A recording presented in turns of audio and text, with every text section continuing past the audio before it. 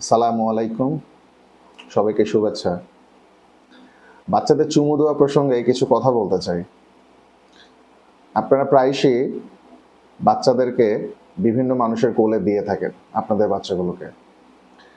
তখন তারা আদর করার বশত বাচ্চাদেরকে চুমু দিয়ে বসে।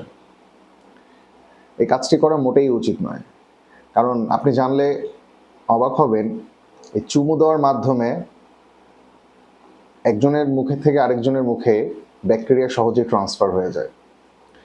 ধরুন, যে পার্সনটি চুমু দিচ্ছে তার মুখে যদি স্ট্রেপ্টোকক্কাস মিউটেন্স ভেরিয়েন্টের ব্যাকটেরিয়াগুলো যদি প্রেজেন্স থাকে, তাহলে খুব সহজে সেই মানুষটির মুখ থেকে আপনার বাচ্চার মুখে এই ব্যাকটেরিয়াটা ট্রান্সফার হয়ে যাবে এবং আপনার বাচ্চার দাঁতে এবং মুখে ইনফেকশনজনিত সমস্যা সৃষ্টি হওয়ার সম্ভাবনা খুবই বেশি।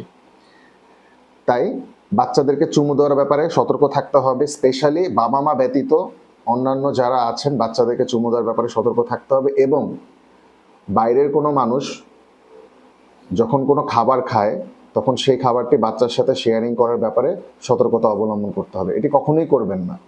থার্ড পার্সন যখন আপনার বাচ্চাকে কোনো খাবার দিতে চাইবে, সেটি দেওয়া থেকে তাকে বিরত রাখতে বলবেন। ধন্যবাদ।